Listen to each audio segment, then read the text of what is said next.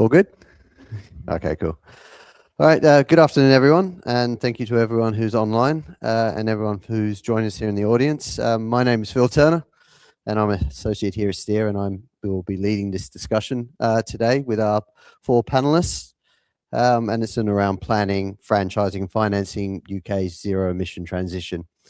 So just to kick it off, I'm just going to give a little 2-minute introduction before we go to the panel, but essentially the landscape of zero-emission buses has changed dramatically in the last 2 years, or actually up to the last 5 years.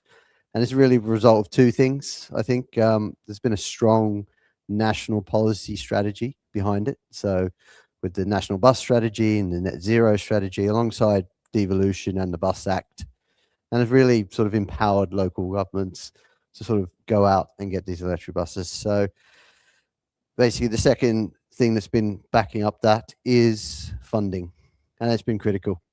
So we've had over 500 million worth of funding through the ZEB program, and in Scotland as well, which is really in the UK, across the UK, just put out fleets. So this has got to us to the ability to sort of now sort of engage people around, build up capability between manufacturers, operators, local authorities, to sort of how they plan, build, operate and maintain electric buses. So we're at a level now where it's become larger scale from the smaller scale pilots that we had 5 years ago. So fast forward to where we are now, 2026, London is well into its fleet transition to zero emission. Greater Manchester is scaling up rapidly, as will Liverpool, West Yorkshire, South Yorkshire and the West Midlands, all tied to franchising. And we're seeing a lot of the large operators now transitioning, seeing the value in electric fleets and transitioning from their diesel fleet. However, we are entering a period where progress is sort of uneven. So major cities with mayoral backing are scaling up much faster. And so there's other challenges around. So there's outside of the major cities, there are challenges around funding, inadequate depots, inadequate grid connections, and the unique demands of the rural bus network, which is a completely different challenge to the metro network. So this brings us to one of the central questions that we have today, which is how we can maintain momentum, and how can we prevent the emergence of a two-tier network where major cities have all the electric buses in the rural areas and the smaller combined authorities and local LTAs are sort of running behind. But that saying that, we do have a lot of opportunities. So zero-emission buses fleets do drive better customer outcomes. They're quieter, they're smoother rides. It's in any case a more positive market for the bus industry. And that politically is it's got a lot of political capital behind it. And that sort of creates a positive funding loop. So a lot of politicians can see the value now, which means more funding, which means more rollout.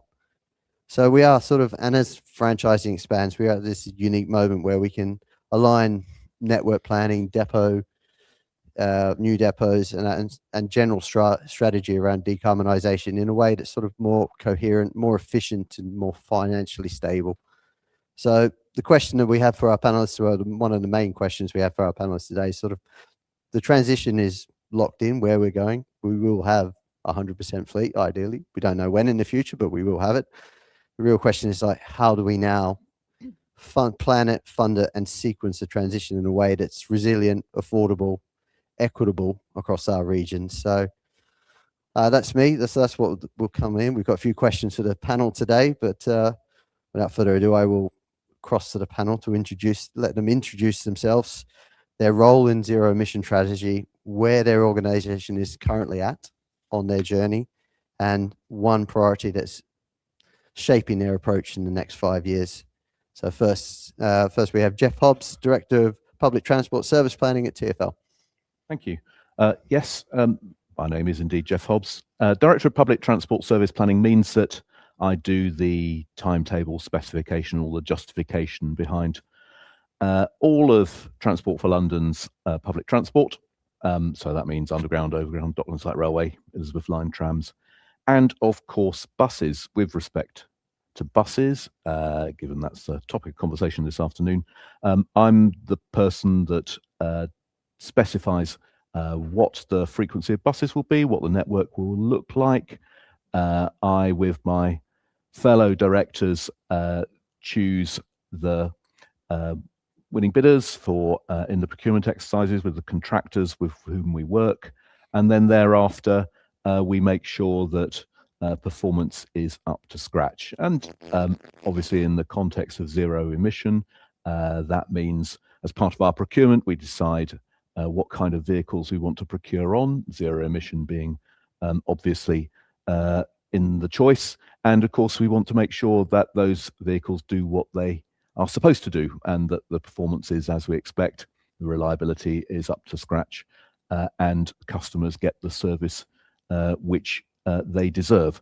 So in terms of where we want to get to, just a few words that you mentioned how the rollout is in full flow. And we've got a bit over 2,500 vehicles, zero emission vehicles in our contracted fleet now. To put that in context, the contracted fleet is 8,700 strong, but it goes a bit further than that. Manufacture isn't obviously instantaneous, so we got well over 4,000 for which we're now contracted, and which will turn up on London's roads within the next year or so. So that's what I do. Hope that helps. Thank you, Geoff. Thank you. So on to our second panelist is Pam Turton from West of England Combined Authority, and she's the Director of Bus Operations. Thanks, Phil. Yes, hi everyone. It's a real pleasure to be with you this afternoon. I think it's going to be a really useful discussion going forward. So I'm Pam, Director of Bus Ops at West of England Combined Authority. I'm also a non-exec director with Reading Buses and a board member of the Strathclyde Partnership for Transport. But so just for clarity, I'm talking on behalf of my role at WECA rather than either of those bodies right now. So WECA is a mayoral combined authority, West Coast, in the west of England, covering the unitary authority areas of Bristol, South Gloucestershire, and Bath and North East Somerset. So it has a really diverse geography with dense urban areas within Bristol and then very rural areas within North East Somerset and South Gloss. We had a new mayor elected last year, Helen Godwin, who is really ambitious to really transform our transport network, particularly recognising that buses are the core of our transport network, and really wants to transform that to provide a network that our communities really deserve and a network that they can trust.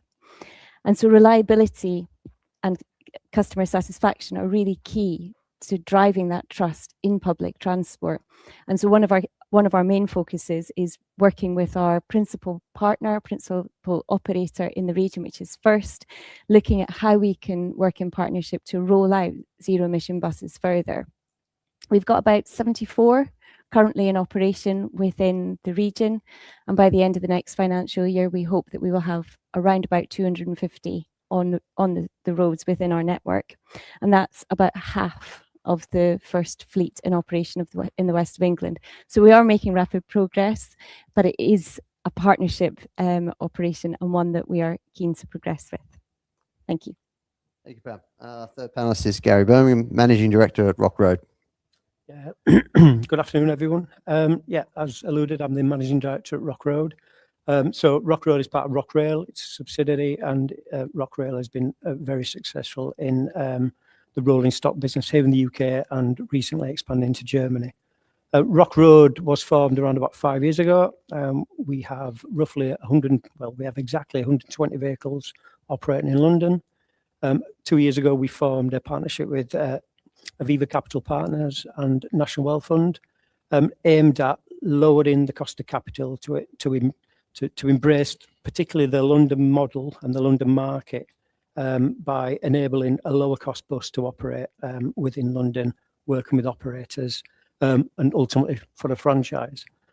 My past, before I go into what my aim is, my past, I'm an engineer by trade. I spent 17 years working for UPS, the American parcel company. I had various jobs in the UK and in Europe. I actually put some electric vehicles in London 19 years ago, actually. So I put 12 Modec vehicles into Kentish Town, and it wasn't about decarbonisation. It was about not paying the not paying the daily tax to go on the roads, to be quite honest. By doing that, I learned all about DNOs, because when we plugged the 12th one in, I alerted the DNO that we've got a substation issue, which was quite interesting internally, where I had to spend 250 grand to buy something which we didn't own and not get a discount on the electric as well, which, yeah, let's say it was a good intro. I also, I had a career at First Group for over 12 years. I had various roles, from engineering director, procurement director, to a managing director, in fact, in South Yorkshire, actually. Not my proudest moment being a managing director, is what I'd say. However, working for First, after COVID, I became the decarbonisation director. So I led a small team, which was half of 2 people, actually, Judy Balfour and a guy called David Seaton, and we accidentally built the biggest DC charging hub in the UK, in Caledonia. With some great partners, with some great support from some colleagues internally, such as Stuart Parker and people out there like Andrew Jarvis. And we came together as a team with funding from Scotland, and it all started in Scotland. And we managed to put 148 vehicles and the associated infrastructure in place there. And we were quite successful elsewhere in Scotland, in Aberdeen and Scotstoun, and then further in Zebra. And we tried some things that probably might come up later. And I'm proud to say I worked in that organisation, and I respect that organisation and what they're doing in a place like Bristol. I think it's a credit to them what they're continuing to do. What do we want Rock to do? Well, it's a little bit more than London, but I do recognise there's a couple of markets out there. There's London, there's an operator-led non-London, non-franchise area, and there's also a franchise area. So if I had a dream, the dream would be we could keep not be the main. There's ultimate competition out there, but we can be a major player within London, supporting operators and TfL transitioning, and outside London, respecting TCR funding and things like that. Outside London, work within local franchise regions, helping as a partner in lots of various areas to push the growth, and also not forgetting Scotland. Working in Scotland, I recognise things like cascade plans are kind of difficult for operators at the moment, because it's kind of an uncertain market to them. And that's where I think Rock is a major solution for both local authorities and operators. But yeah, thank you for inviting me. So thank you, Gary. And lastly, Matt Goggins, who's Director of Bus Franchising at the South Yorkshire Mayoral Combined Authority. Thank you. Yeah, really good to be with you. So yeah, my job as director of bus franchising is effectively to deliver the policy choice that our mayor has taken to move from the current kind of deregulated bus system to a franchise bus system, to take that policy choice and make it a reality. So to do that on behalf of him and the leaders in South Yorkshire, and ultimately the 1.5 million people that live in the region. So in doing that, kind of my job is to kind of pull the plan together, to pull the team together, to make sure that we've kind of mapped out what it's going to take to get us from kind of where we are now to a franchise system that's under the control of the combined authority. The decision to do that was taken last year. The implementation of the first phase of that will be next year. So it's not a long time to kind of move from that conceptual idea to actual delivery. But I think kind of people who are in the room will know that you don't do bus franchising for the fun of it. It's really hard. It's really hard work to make that happen. There's an awful lot that goes into it. Why you do it is because you want to make changes, you want to do things, you want to intervene in the system. And I think there's lots of ways in which we want to do that, and which we want to try and make things better. But I think in terms of the context of today, particularly, we've got real challenges in South Yorkshire with the bus fleet, and the average age of a bus in South Yorkshire is 12 years old. And I think if you probably compared that to London or even Manchester now, that's a pretty stark difference. So we've got to do something about that, on behalf of the passenger, but also that's not a sustainable place to be. So one of the things that we want to use bus franchising for is to transform the fleet, to make real inroads into a transition from diesel to zero emission. there's not a lot of that that's been done in South Yorkshire, with the exception of one depot. So franchising for us is a real opportunity to change that, to transform it. And I think if I was to say kind of one thing that's kind of influencing what we do on that, it is the context of franchising for us. Thanks, Matt. I'll actually throw the first question back to you. Sort of you sort of touched on already, but this transition is happening at real pace. So what do you think has enabled that from a West Yorkshire or from a South Yorkshire point of view? Yeah, I can't talk about West Yorkshire, but I sorry. can certainly talk about South Yorkshire. So I think there's probably a couple of things I would say. So one is the really clear policy choice that has been taken. So a very clear direction set to me and my team from the mayor and the leaders around franchising. So we've got we're not wondering, are we going to do this? Are we weighing up the pros and cons? We've now taken the decision to do that. We're very kind of clear on what it is that the mayor wants us to deliver, and that real clarity means that we're not second guessing kind of how we're going to do this. That kind of direction is very clear to us. How we will deliver zero emission buses is very clear to us as a result of that. So the kind of the local policy framing, I think, is certainly one. I think the other as well is around, and you and others have kind of touched on it already, the funding landscape. So because we're a mayoral combined authority, we now have some funding certainty from government and quite significantly so in terms of capital investment into our bus system, into our transport system. In our case, around 1.5 billion, and our leaders and again the mayor have chosen that they want to invest some of that into the transformation of bus services and investment into the bus fleet. So that policy choice and a clear financial picture, I think, for us are two of the big drivers. The same question is, what are you seeing, Garry, in the private sector from your experience? So I'll try and cover both in my opinion. So the private sector, knowing what I know, and sorry, I'm going to look at you a bit, Pam. Knowing what I know, I think the private sector's really embraced it, and what they've done is they've really embraced the learning, found partners to work with to enable how you can do it, whether it be bus OEMs or infrastructure partners, and what decarbonisation has done. And I'm fortunate to see a picture because I lived it, and then I can either look up or look down. But I don't think we should forget that infrastructure is the driver of infrastructure. If you're going to go electric, it's the driver of how you can do it and when you can do it.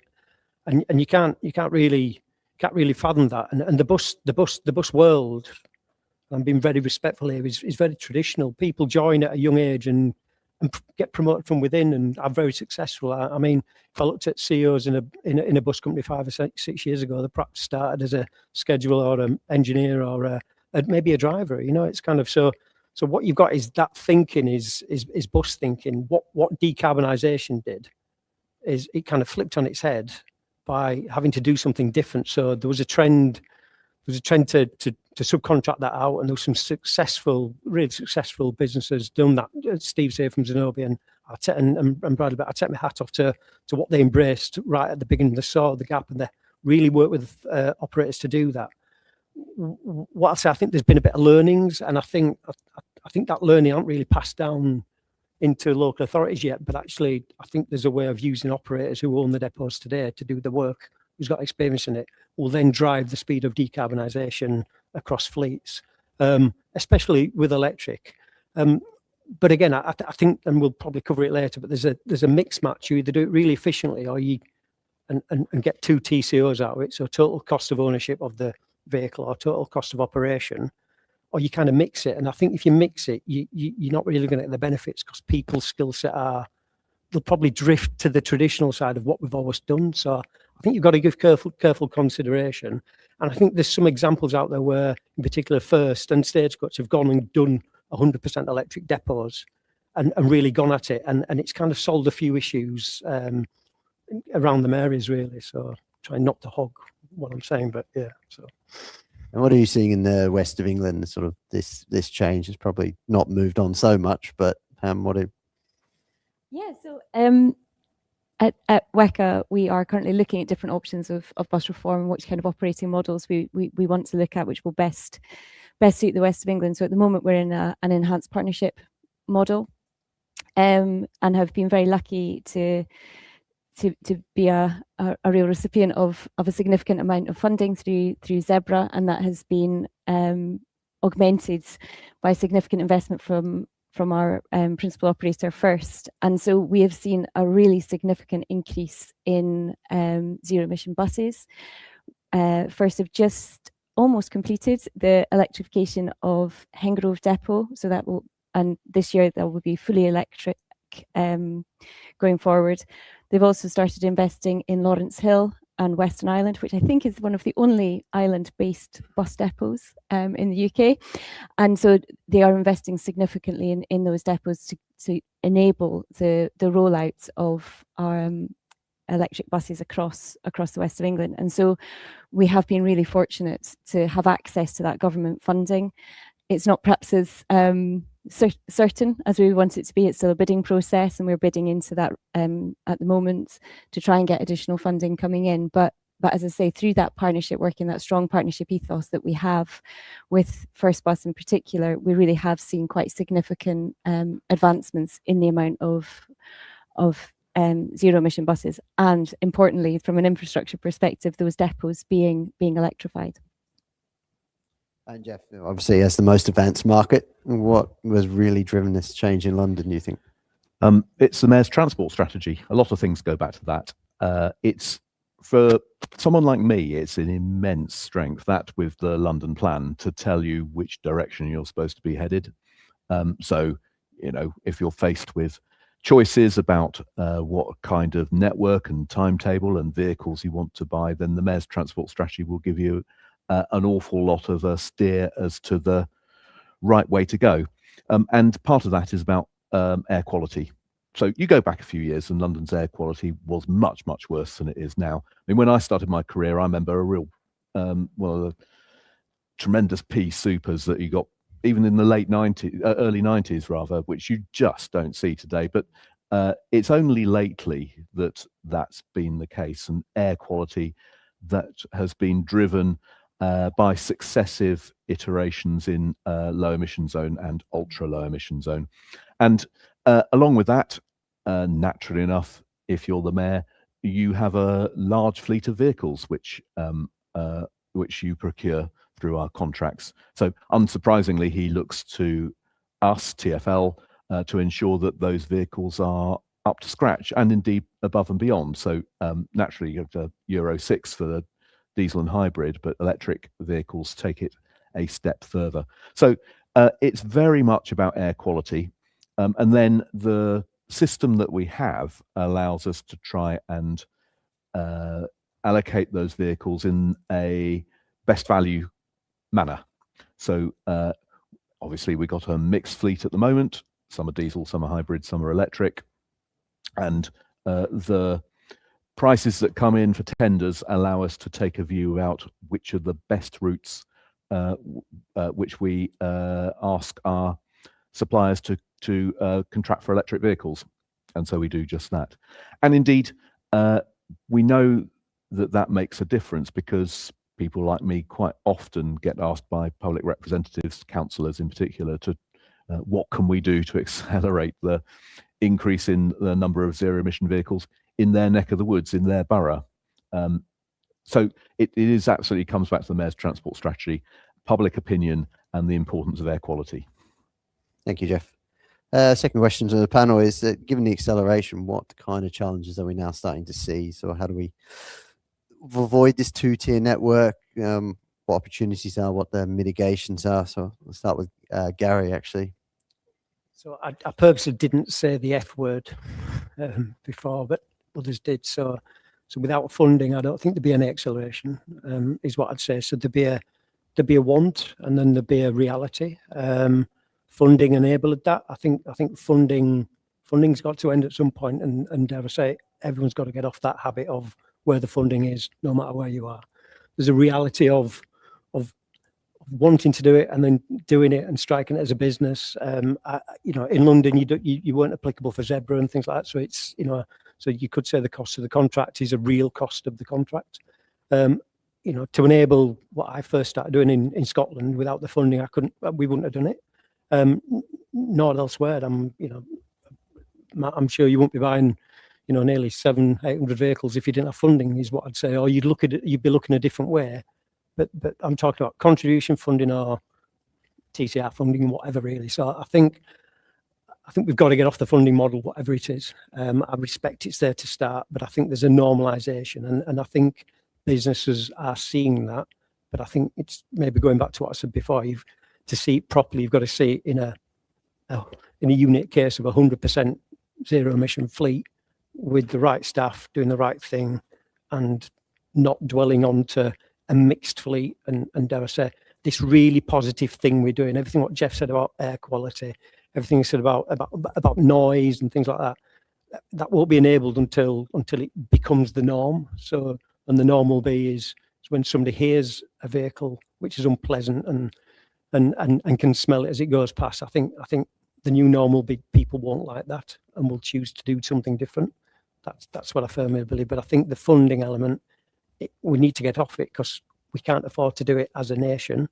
So that's what I'm from. Well, sorry, Matt, from your perspective, you've got a massive challenge coming up over the next year. So what kind of challenges are you seeing? Yeah, I think for us, there's obviously the challenge of decarbonisation at the same time as the challenge of delivering bus franchising, and kind of trying to do either one or other of those is pretty tough. I think kind of one of my observations, I think more broadly, is that there's lots of people kind of trying to do this all at the same time, and probably all with kind of slightly different views about how to do it and how to fund it. There are challenges in supply chain with manufacturers and others, and part of that kind of people having different views means that there isn't kind of a coherent kind of national vision about kind of how this is done.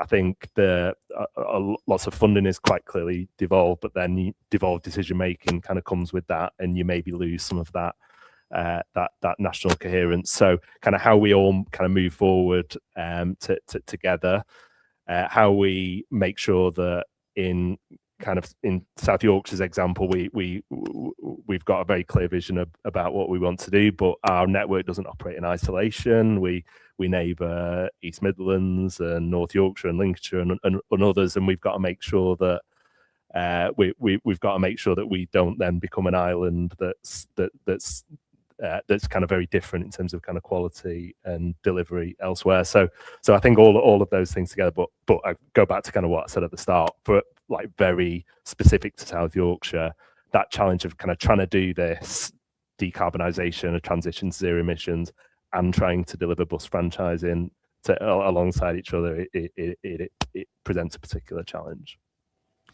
And Geoff, what a London scene! You know, we got 4,000 buses on its way, but funding is an obvious one. We have to decarbonisation doesn't come for free. We have to find the money, but that much is obvious. Some more specific ones. Zero-emission buses mean big old changes for operators' garages. It turns everything upside down. You need a bit more space for charging and for all the cables and so on and so forth. So there's big practical challenges, and also making sure there's sufficient power to those garages.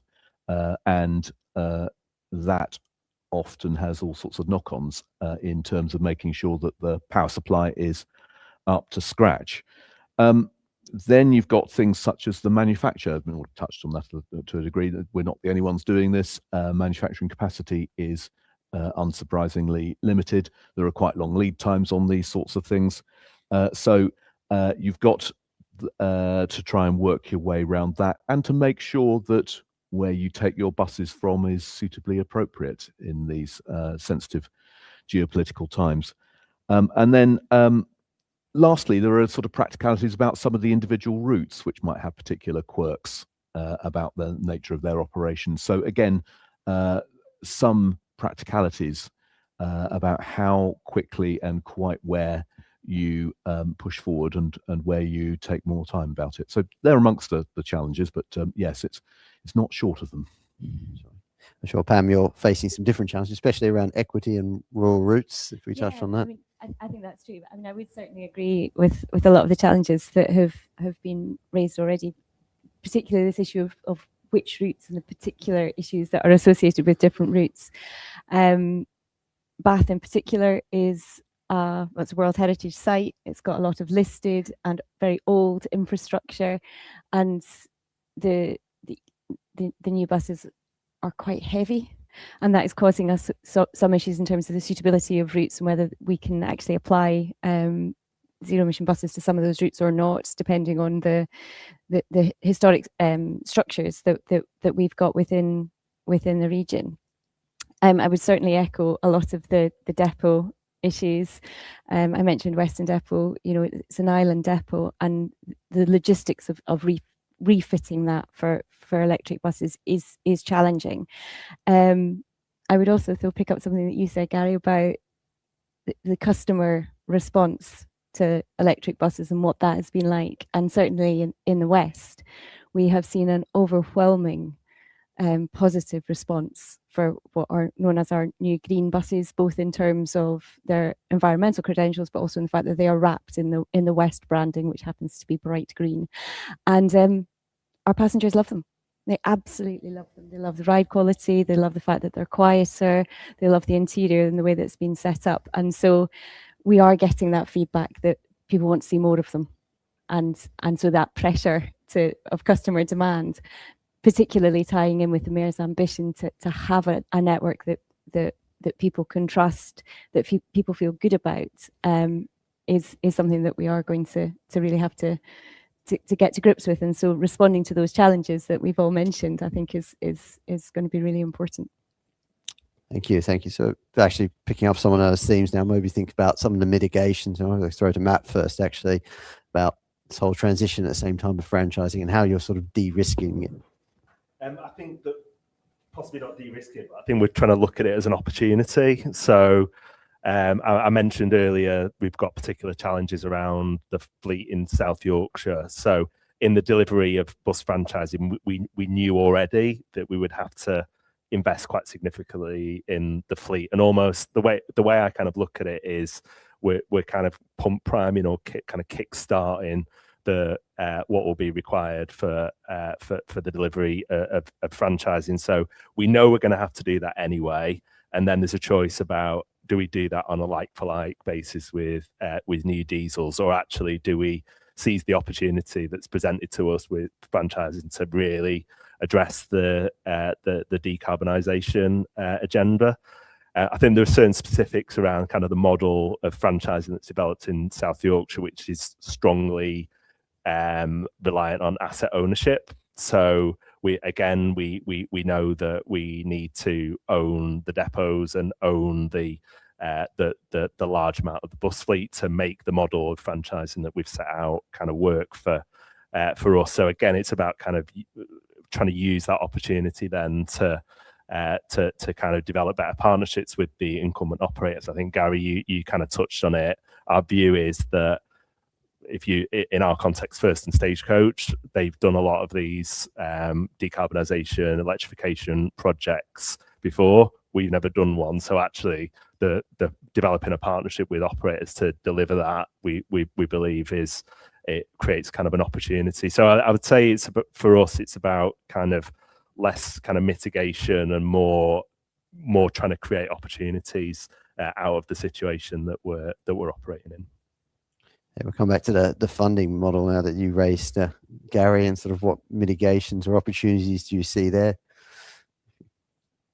So again, two clear different markets for me. So London, it's operator led. The experts are the operators. They own the depots, and ultimately in theory, they don't own the buses, but the most popular choice, some do actually, but the most popular choice is, and maybe it's 50-50, but is to get a bus and to either buy it or lease it. And then obviously there's a contractual term, usually 7 years, could be 5 + 2, some extensions, whatever.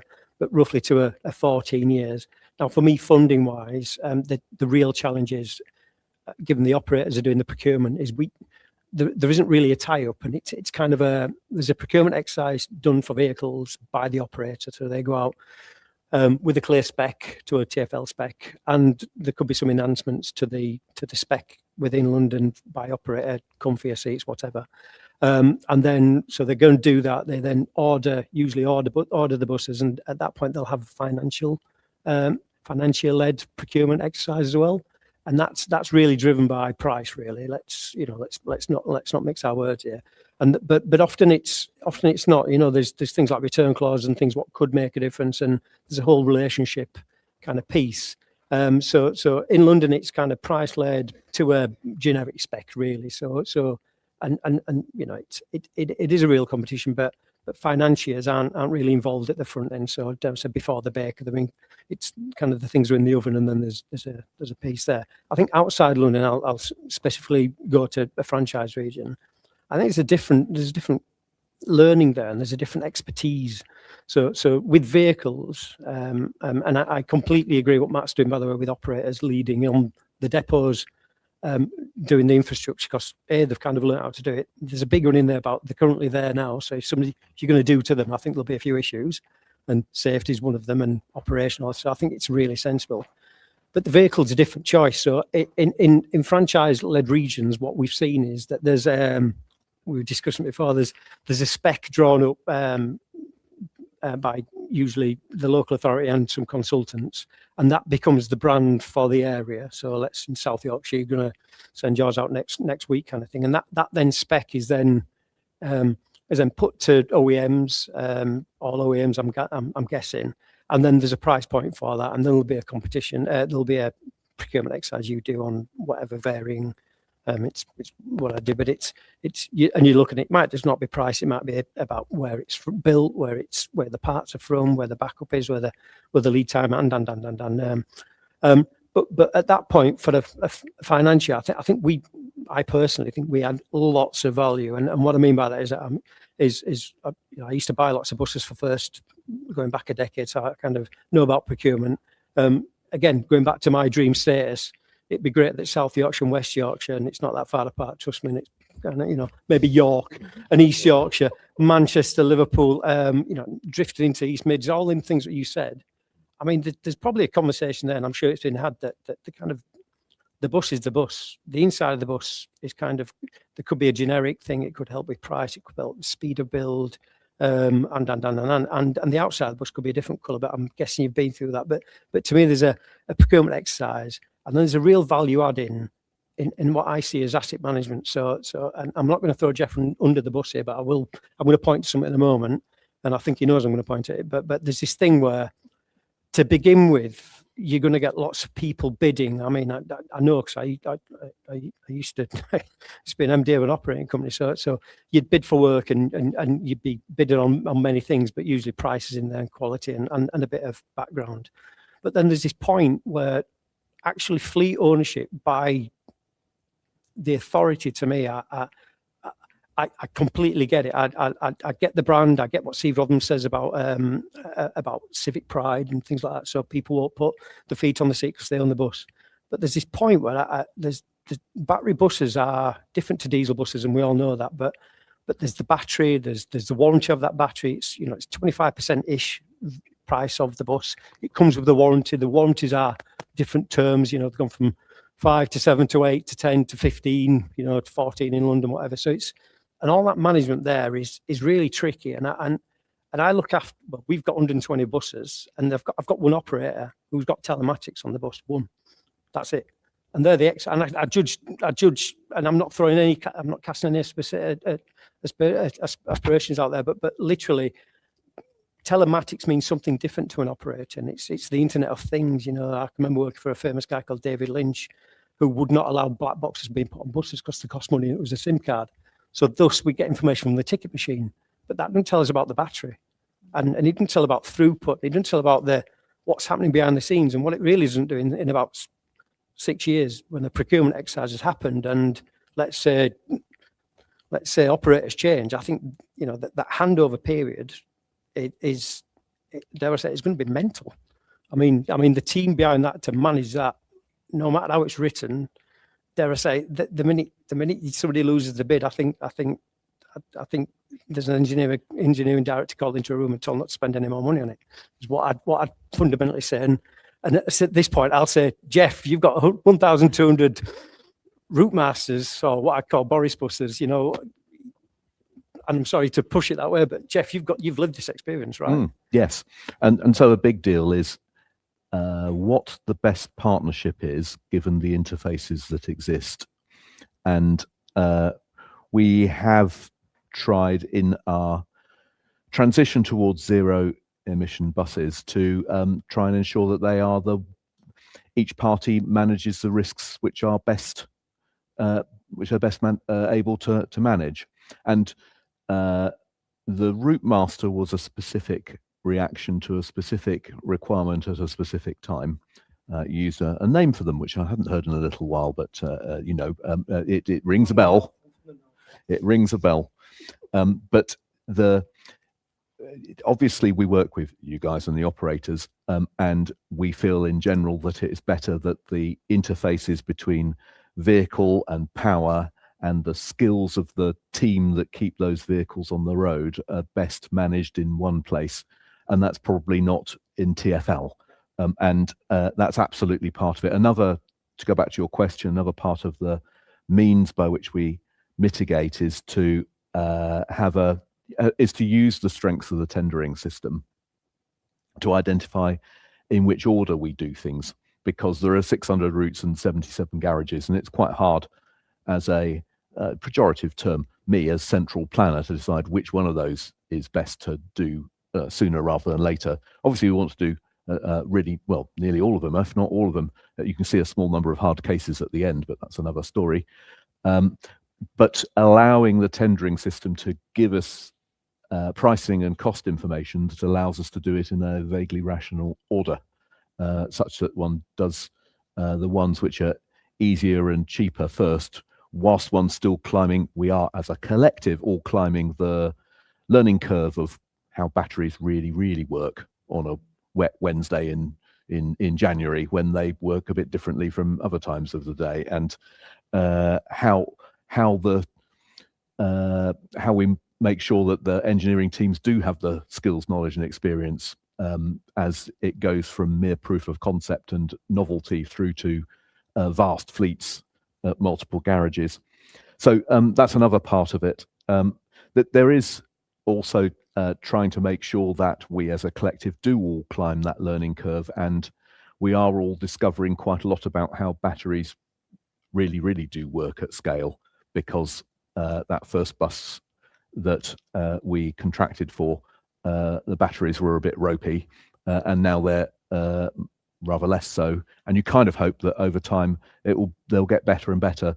And the hard cases, as you get to the 599th route on the London network and the 77th garage, we've worked out some of the technological ways and means between us to make sure that we can do that more effectively than if we'd started out with those.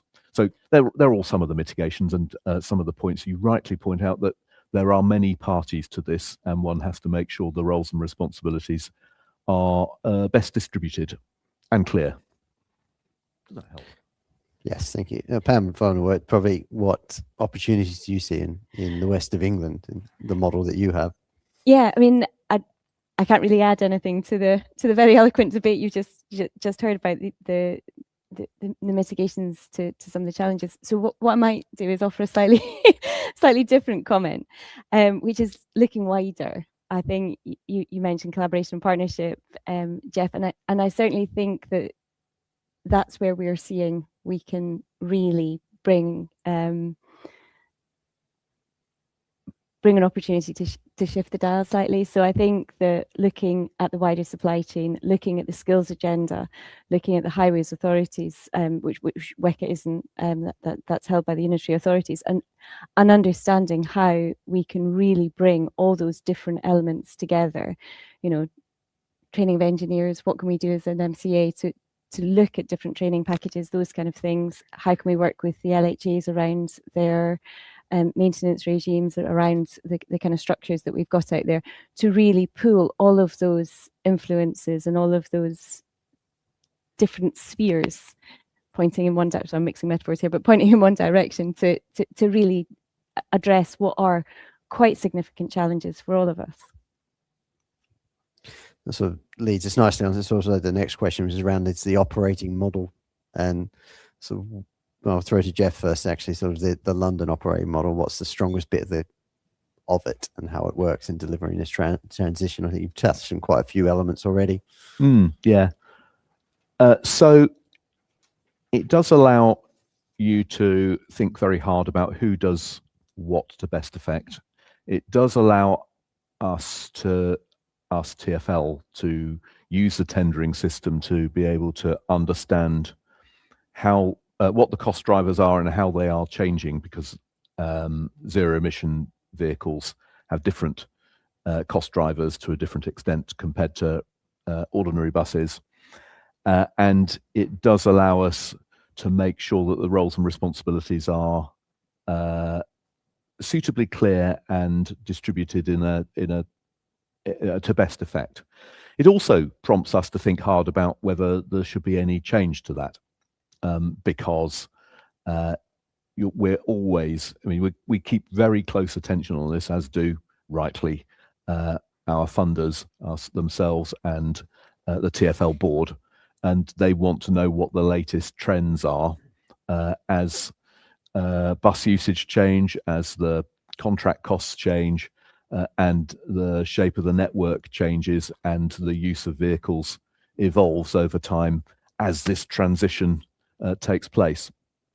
But it's a tremendous way of trying to use the market to best effect, use the tendering system to best effect, to try and make sure that we get the proverbial quart out of the pint pot. I'll actually go to you, Matt. Since you're on this journey now, so how have you set up, and what are you thinking is a good operating model? So, well, I mentioned our operating model for bus franchising is very kind of public sector asset heavy.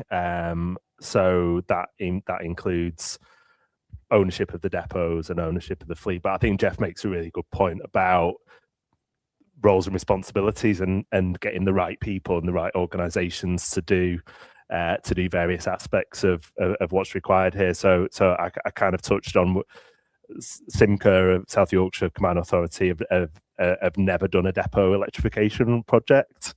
First Group have done lots of depot electrification projects. So in that context, we think that they're best placed to deliver electrification projects in their depots, and similarly for Stagecoach at their depots. So I do think that putting the right people in the right places and getting the right organisations to deliver the right aspects of this is the right thing to do. That said, we know that certainly in our context and in a lot of other contexts, there is a lot of public sector money that has gone into this and continues to go into this, and accepting kind of Garry's view as well about kind of how things might play out differently in the future. If that's going to happen, then the public sector need more involvement and need more oversight in how that money is spent, and the model therefore of franchising does give that kind of accountability for that ultimately at the ballot box. Maybe a counterpoint for this at Primus is you do have a lot of funding in the west of England, and you don't obviously have a franchise, you have enhanced partnerships. So how do you think the operating model is working there, and what opportunities are there? Yeah, certainly. So, I mean, as I mentioned at the beginning, we're going through that process at the moment to really kind of understand what opportunities have been unlocked through the Bus Services Act in terms of different operating models, and that piece of work is underway at the moment. But as you say, we've got an enhanced partnership at the moment, and we're working incredibly hard to drive as much benefit as we can for our communities through that. And we are working quite literally hand in glove with our operator partners and our unitary authority partners to really drive, particularly in the context of zero emission buses, to drive that transition. I think one of the key things that we're looking at to try and deliver on our Mayor Helen Goodwin's ambition around creating a network that people can trust is really kind of engaging with our communities to understand what it is that they want and where their priorities are in terms of bus services. And so in the next few weeks, we'll be going out and really trying to ask our communities how best we can meet their needs in terms of the bus services, and then utilise the partnership that we have to deliver on those. And I think in the answers that everyone has been given, it is that focus on people. It's the right people in the right places doing the right bits of the overall whole that we're trying to deliver. And I think that is so important, notwithstanding the operating models and all of that kind of stuff. It is the partnerships. It is having those relationships with those key organizations, no matter where they sit, to deliver the right things for our communities, to make sure that we're delivering a system that they can really be proud of. Garry, over to you. Where do you think the private sector fits into this sort of operating model? How can it be best used, I think? I think there's lots of learnings what could be passed through. I think, but there's lots of acceptance of where the target market is for private sector and what it's invited to play. So outside of London, there will be. I'm not predicting the future, but there'll be a London model, a franchise model, and Deborah said there'll be either a second or a third life model of a bus outside London, and it might be in 20 years' time an older electric bus is what I think, just purely because of the funding element. But then I think that path of that bus and how it's depreciated and how it's or traditionally how it's depreciated or it's expected to live, and then there's this technology curve which is kind of providing an uncertain risk in a way. So our previous model as Rock Road used to be a 7-year break because we were only getting 7-8 year batteries. So we used to build in a second battery cost because that's fundamentally going to happen. But fundamentally, the manufacturers are so confident with what they're seeing and what they're developing. So that's kind of moved the model. It's made us look at our model very closely, is what I'll say, as well as the age. And I kind of look at it from, I'm a taxpayer. I live in Wakefield, which is in West Yorkshire, and I kind of see the Arriva fleet fly past, and it's new diesels now. Actually, it's great, and but actually, is it great? And have they missed an opportunity? And the opportunity is probably going to have to depreciate out and end somewhere at some point, and maybe franchise is a solution to that. But actually, them opportunities, they kind of come and go. But the bus's age, if you work on the old models, 14 years. So it's going to do something for 14 years. But everyone's comfortable with the diesel because we all know what it's going to do. And there is a challenge to say a new diesel bus and a new electric bus in a depot will, after probably about 3 or 4 years maintenance costs, it'll pretty much be the same because it's a diesel bus. It's well known. You'll change the oil once, twice a year, whatever. The electric bus will do what it does. When you look at fuel cost and energy cost, that's a different matter. But usually for the bus, for the engineering front, and everyone, they'll say you're doing this really popular thing, but your workforce kind of likes this bit. You got somewhat like that bit, but majority of this traditional workforce like the diesel bit because it's familiar. But we've all got to accept there's an asset life to that, and actually that asset life, it's going to end somewhere, and I do predict where it'll go. But I just think technology is moving over. I absolutely 100% believe in the fact that the franchise area or London should own the depots. I kind of get that because it's going to be there a long time. You put infrastructure, it's going to last 50 years, and the charger might need replacing every 5, 6, 7, 8, whatever. But you can kind of dictate that. But the vehicle is going to change. The operator is going to change, and that whole thing and the risk around the batteries and everything else. And by the way, I've not a problem. Me and Matt's had this discussion outside this room about 6 months ago when he got funding. I recognise where there's a place for rock and where there isn't. But actually, I think I'd sit here as a taxpayer in Wakefield kind of going, actually, there'll be a point where I probably object to Simon Lightwood, who's my MP, to say, are you doing the right thing here? Because actually, I'm going to be paying for something for a long time. And dare I say, where I live in the middle of Wakefield in the morning, if I want to look at pollution, that's what it is, because they're all queuing to get to Wakefield. And the bus is sat there with them. So it's kind of, you've got lots of things to look at to fix, and with the bus lanes, I'm drifting to other areas here, but there's all this thing. Spend £500,000 on the zero-emission bus, Geoff, and it's sat behind a load of petrol cars pumping it out. Well, yeah, you've got a zero-emission bus, but it's still starting congestion, and we spent £500,000 instead of 250 grand. I don't know.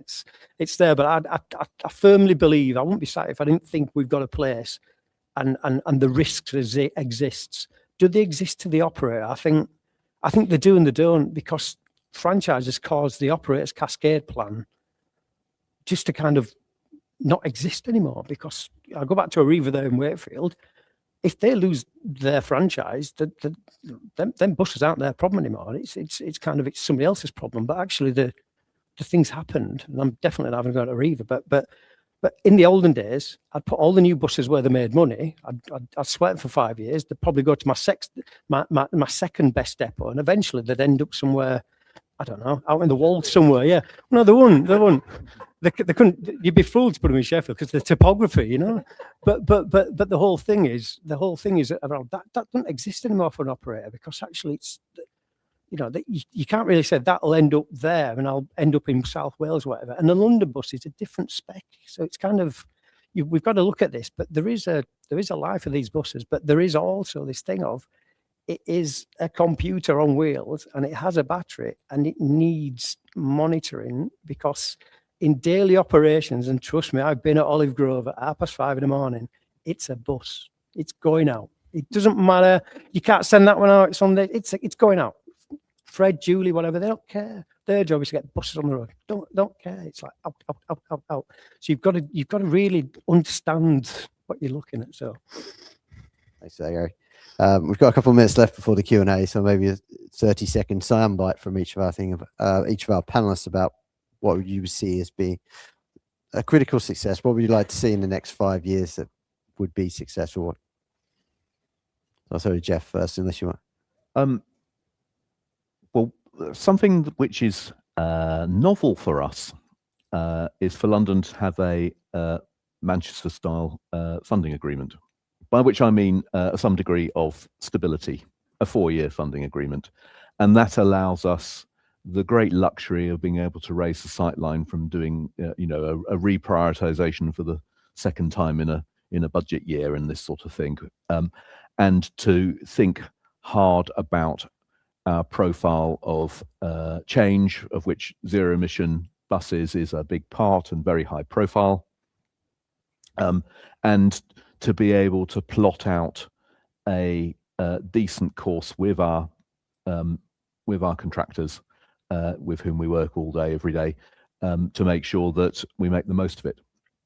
But what you said just now absolutely resonates, that it's also about all of the rest of operations. You can transition from diesel to electric buses, but they're still buses.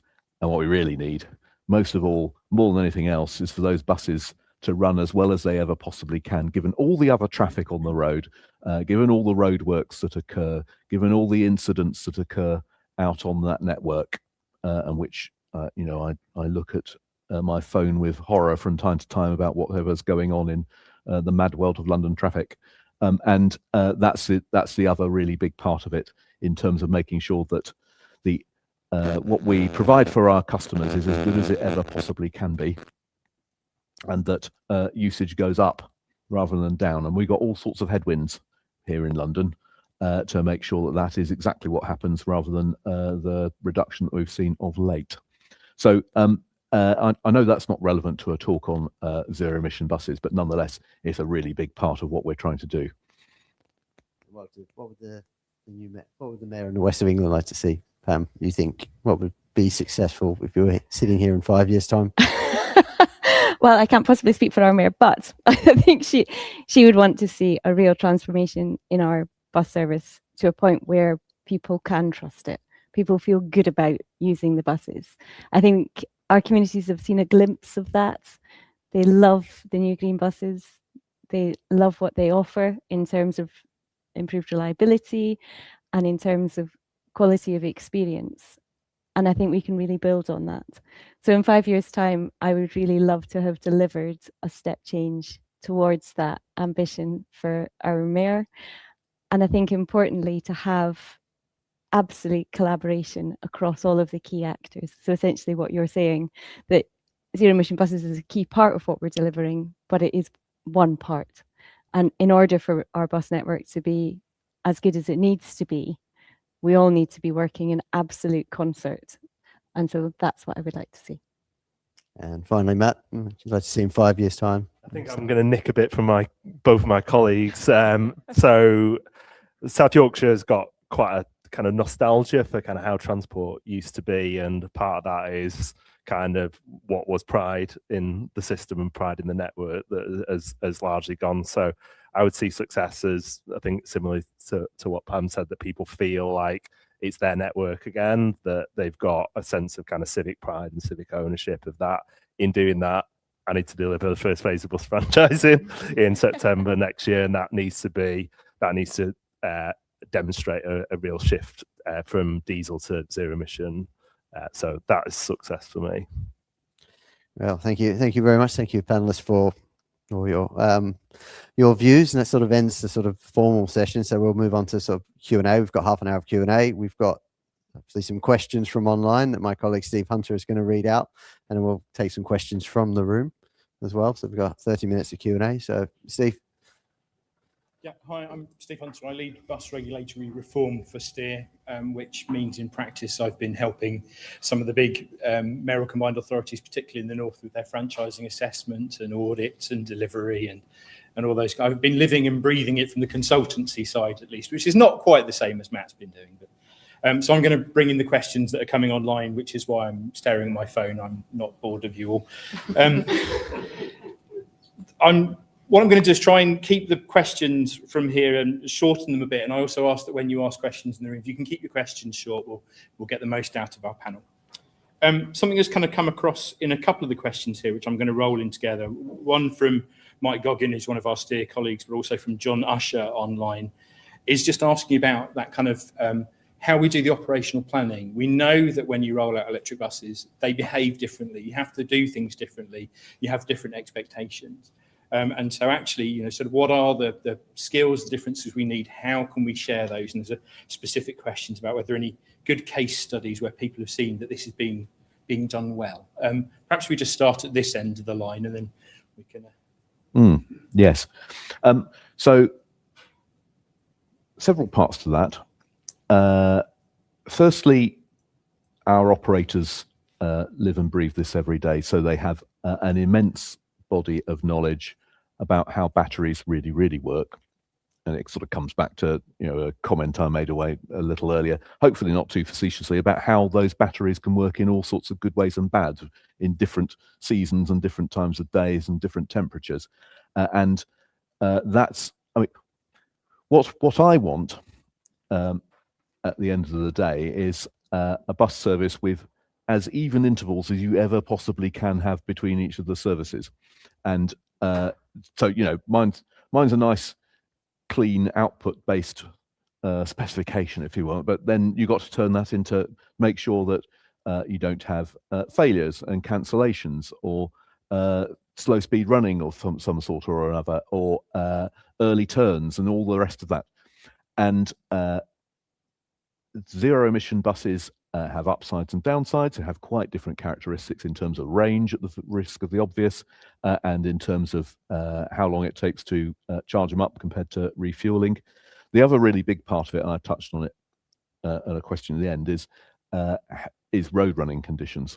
That's the other big partnership we've not really discussed because it's not as relevant to today, but our bus services run along the roads where the London boroughs are very often the highways authority, and we really need them to help us to make sure that those buses run as well as ever they possibly can do. And bus priority is part of the answer here.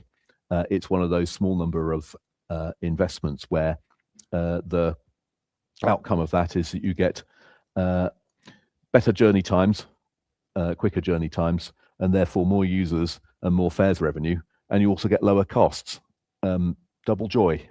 And we really, really need those new electric buses with the premium that comes with them to be as well used as they ever possibly can be, because then we can accelerate the program a little bit because the funding will be that much better, other things equal. So all of those things and many, many more. But yeah, there's multiple layers to that question, and it's a big deal here in London. Of course, it's not exactly a new thing that London traffic is fraught, but it's not getting any less fraught, and it remains a problem to this day that we can only solve in concert with operators and the other highway authorities.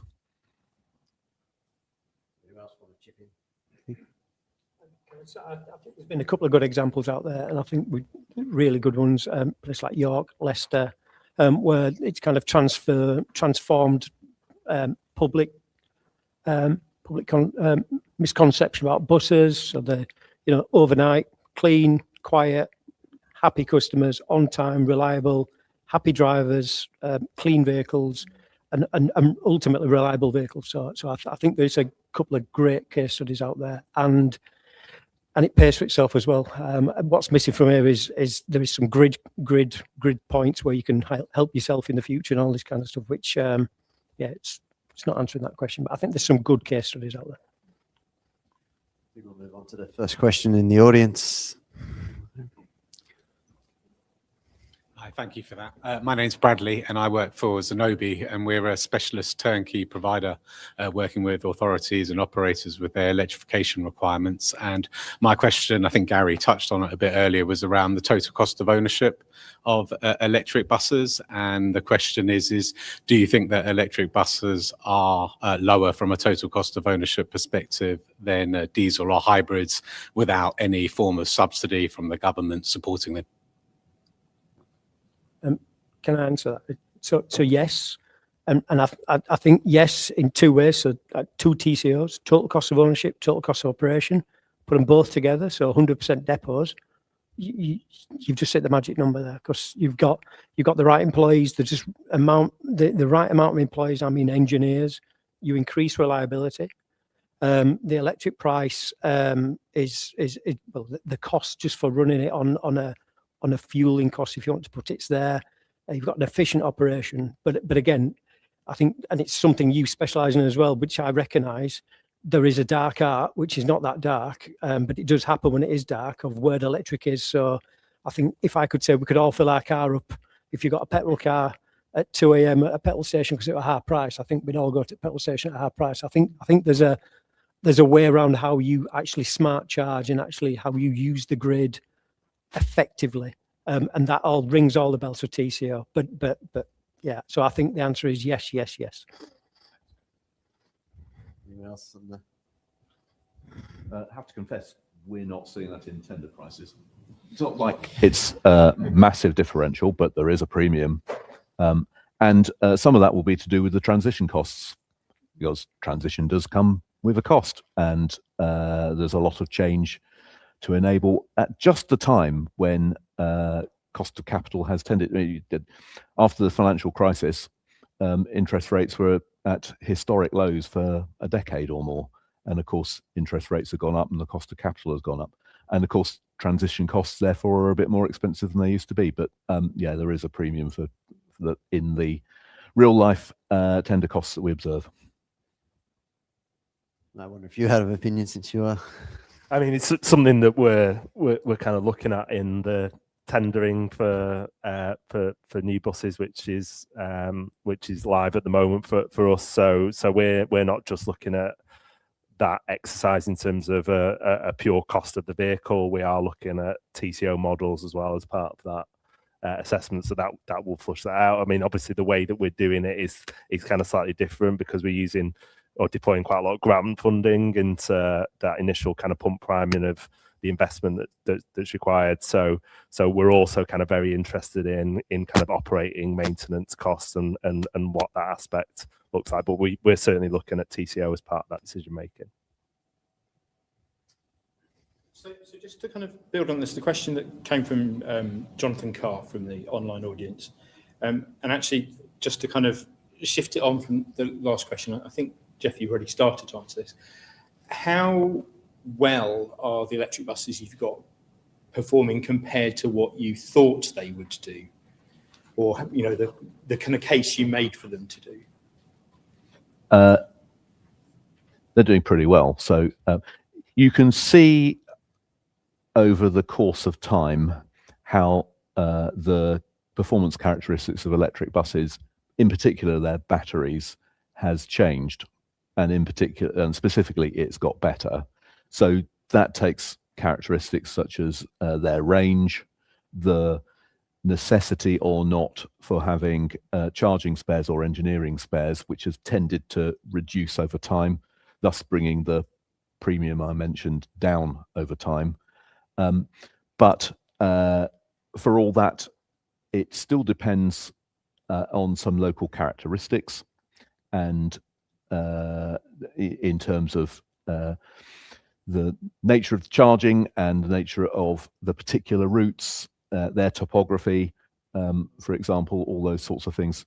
So as ever, there's variation, but we observe good performance off those routes, and we don't have any fundamental worries that the ongoing conversion of the contracted fleet to eventually 100% or near offer will lead to some fall off a cliff in terms of customer performance. Far from it. Yeah, we're certainly seeing similar things. The performance has been really good and better than equivalent competitors. So yes, we're very pleased with it so far. So the 120 buses what we currently own and operators operate, we are seeing an exceptional level of uptime, battery performance is what I'd say. Degradation is minimal, better than expected. So I do firmly believe the future's bright.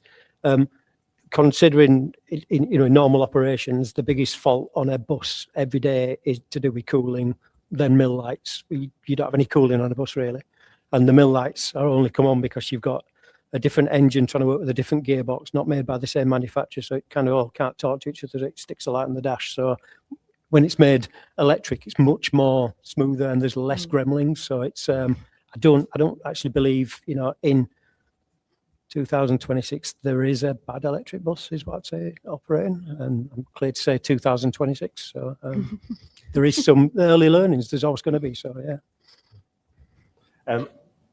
Well, I don't think we really have enough of them in South Yorkshire to make kind of a proper judgment about how they work. And I think the anecdotal evidence that we kind of hear from the buses that are in operation are that they kind of work, they're good to maintain, passengers like them, drivers like them. I'd be interested to see kind of what the views are when we've got some more of them in the region, which hopefully we will do over the next year. Cool. Thank you. I'll take a question from the audience, if anyone. Hi, Jonathan Zebard from Rebel Group. So lots of what you've talked about has shown really positive progress with electric buses and how they've been deployed. Does that mean there's no space for hydrogen buses then? And I ask that in the context of the number of data centres popping up in London and using a lot of electricity grid capacity, and also the new 35 megawatt hydrogen production facility up in Bradford, and whether they will have a role to play in hydrogen buses versus electric. You asking that of me? So hydrogen's not part of the current plans in South Yorkshire, but nor are we ruling that out. I think our observations are of other hydrogen bus projects that have kind of particularly struggled with the fuel supply element of things. So less about the performance of the bus and more about the ability to get the bus out on the road in the first place and filled at a reasonable price. My sense is that the market isn't there yet in terms of being able to do that predictably. I think if that shifts, then we would look at that again, and I'm sure others would look at that again. But for us, that's not kind of what we're seeing in the market. I think we're also seeing a battery electric product that is almost exponentially improving in terms of range as well, and it is is kind of already starting to address some of the attractiveness of hydrogen, which was that a bus can go out and do a full day on a 10-minute fuel. So all of those factors, I think, are part of where our thinking is on that. So Yeah, there are hydrogen buses in the London network. They're rather exceptional, and the reason is that we, in the jargon, always ask for zero-emission buses from our operators. They never offer them, and the reason for that is that they're materially more expensive, and it's a long debate about blue versus green hydrogen, but basically it has to be tanked down from somewhere. It's not obviously a quick way to decarbonisation. So for all those reasons, we haven't seen much evidence that it's a solution that the market thinks is a good one, in large part. Capacity constraints due to data centres in London are not presenting any issues? So they are locally. So there are some parts of London where getting a grid connection takes really quite a long time. But there is no grid for hydrogen, so you have to tank it down. So the problems are quite as great. In the kind of research information I've seen, that is that cost of transporting the energy to the buses, which really affects the cost of hydrogen operation. As long as you can get the DCO sorted, electricity can be moved around the place very cheaply and fairly efficiently.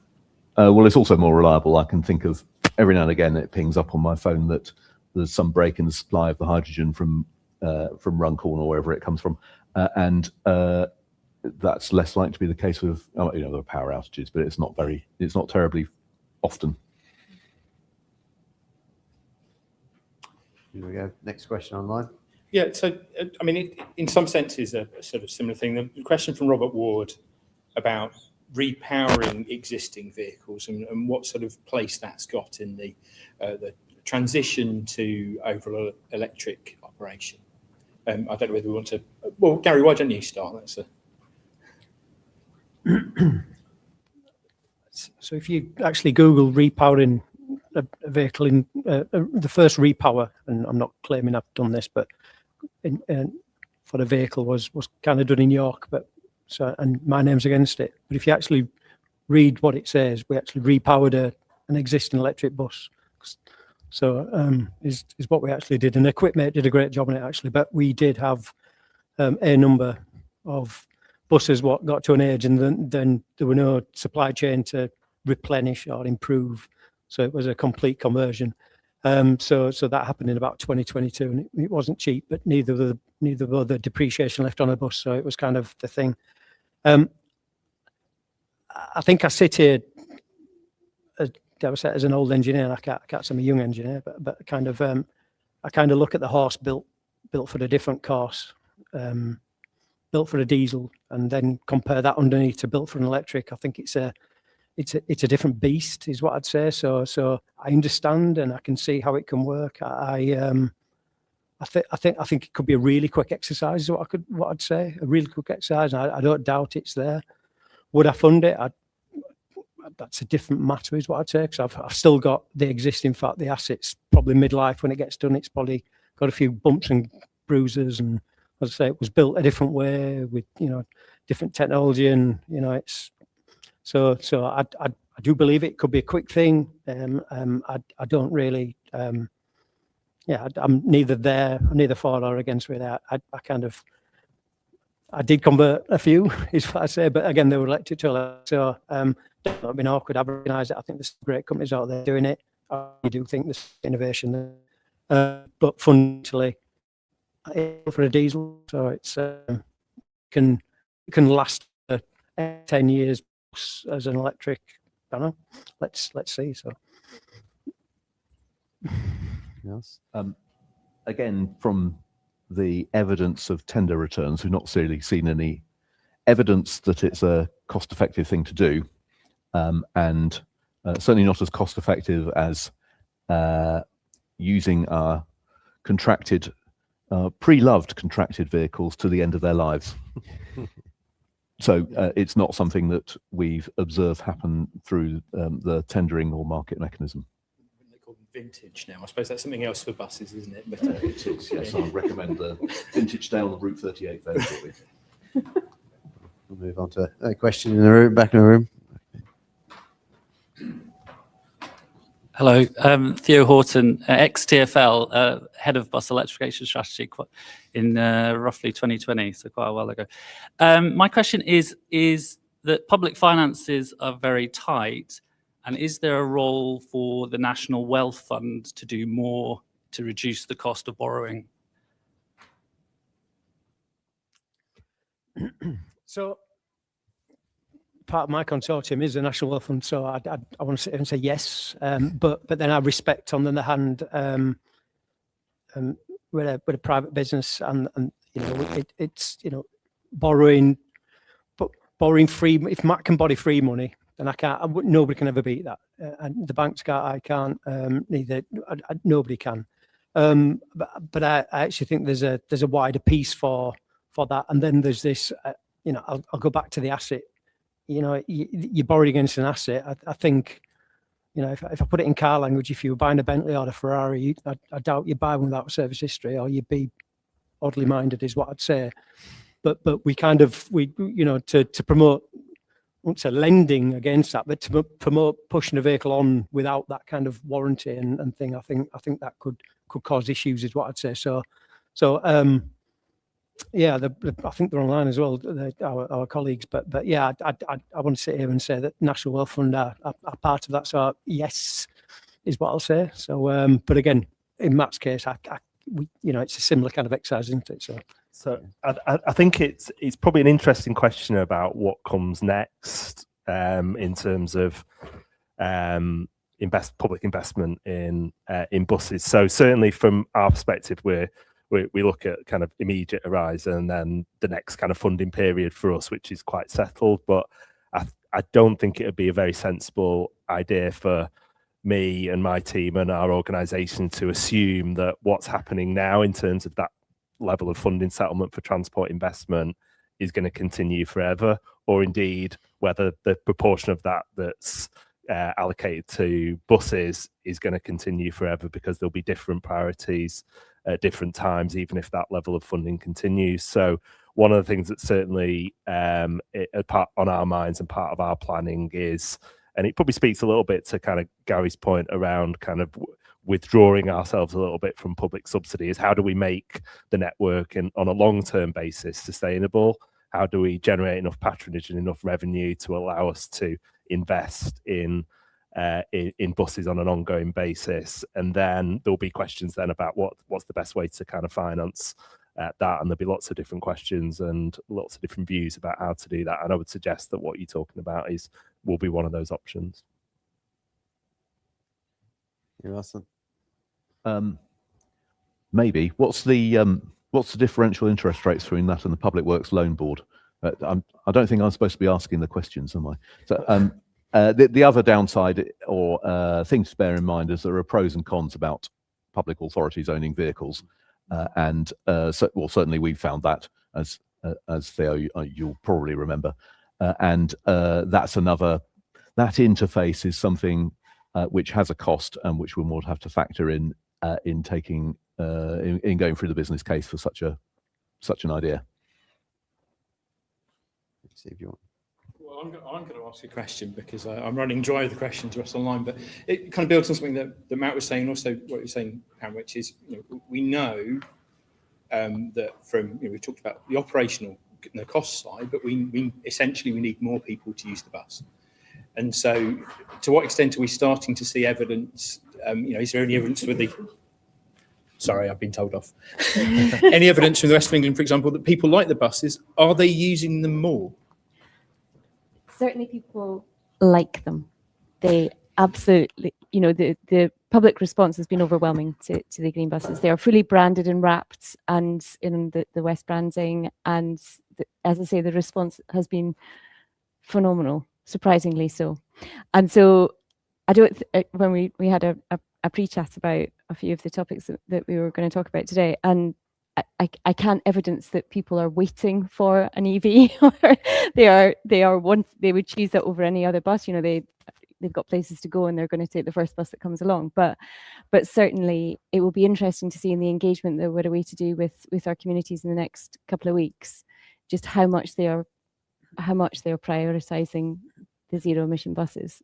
Because as I say, the anecdotal evidence we've got is that they are very much in favour of them. What about in London? What do the passengers think about them? So we did look specifically at Route 63 as it goes from King's Cross to Honor Oak, but I need hardly tell you that. And we looked specifically at usage of that compared to a control group. And the unusual thing about Route 63 is that we put particularly luxurious vehicles on it. They're electric, but it was a package of other things as well, to do with the quality of customer information and the quality of the finishes, and the fact that there's even a little shelf upon which you can put your device and watch films, and electric charging points if you're watching films for a long time. So taking that little lot together, which isn't EV versus diesel alone, but it's a package of the best possible spec versus regular spec, that came up with the result that usage on Route 63 was 1% higher than it would otherwise be. Now, 1% is on a reasonably large number, and that's not a bad result against the incremental cost of the specification. But we do have that evidence, and the evidence of if that's sort of what we actually observe. There's also evidence of asking people how they rate different features, which again shows that people are, in the jargon, willing to pay. Might just go back to our panelists to just maybe one final point each to close out the last couple of minutes. Matt, starting with you. Okay, so I think final point from me is that I mean, we've talked a lot about kind of the challenges and some of the issues, but I think fundamentally this is like also a really exciting point for us and for the industry. I think we've collectively got a chance to move away from a way of kind of powering vehicles that's been here for decades. I think London are quite clearly kind of leading the charge and setting a good example for kind of how we might do it. But as an industry, it's a really big opportunity to be quite transformative, transform how people kind of work in the industry, how people experience buses, the positive impact that buses can have for communities and for our environment. So I think for me, it's that kind of making sure we don't lose sight of that kind of exciting moment that we're in. One quick point for you, Gary. Yeah, I'd like to echo that actually. So the customer's king, but don't forget the workforce. Without the workforce, you can't get the customer. And the decline in drivers happened, Brexit, bit of COVID, but basically the HGV market lost a lot of drivers, so they came in and got the bus drivers. So keeping that person happy behind the wheel is really, really important. And we must never forget that. You know, these men and ladies drive day in, day out. We're going to keep them comfortable. They greet the passenger, and then it enhances their experience. This is a really, really good thing we're doing. And you know, it's kind of, I'll never forget walking out of COP26, getting on the train, and for the first time in about a decade, I actually felt good about what I'd done. So it's a really good feeling, this, and it really is a good feeling. So we just grab it and go. But it's a case of there are some risks, but again, you need to be calculated in what you're doing. But ultimately, there's this really good feel factor and a wider benefit. You know, these massive depots are sat empty during the day. That is the answer for council fleets, preferred customers. It's for others to decarbonise as well. So there's a further benefit what you can look at just by doing this good thing. So it's all about planning. It's about due diligence. But yeah, Pam. Yeah, I mean, I think my reflection from today certainly would be just the amount of positivity that there is about the zero emission transformation and transition going forward. And I think I suppose my one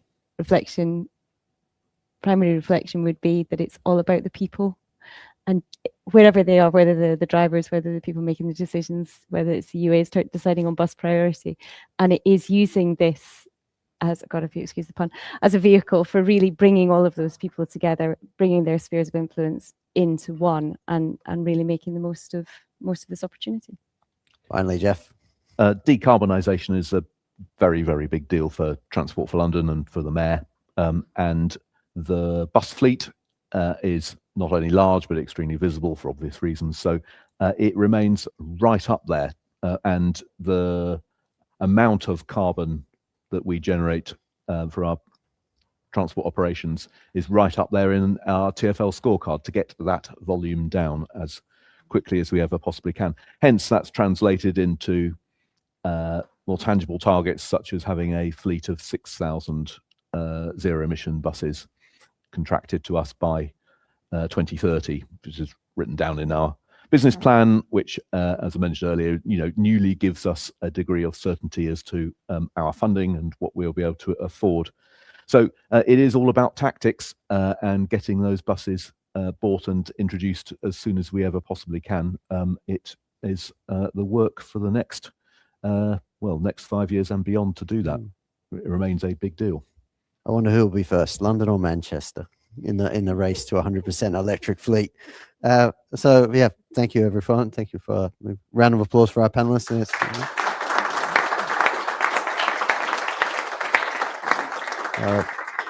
Thank you everyone. That sort of ends our session. Just a quick reminder, still we'll be actually having another session towards the end of late April, early May, and this will cover bus technology, where the future is going. So thank you again. Thank you everyone online. That's it. Thank you.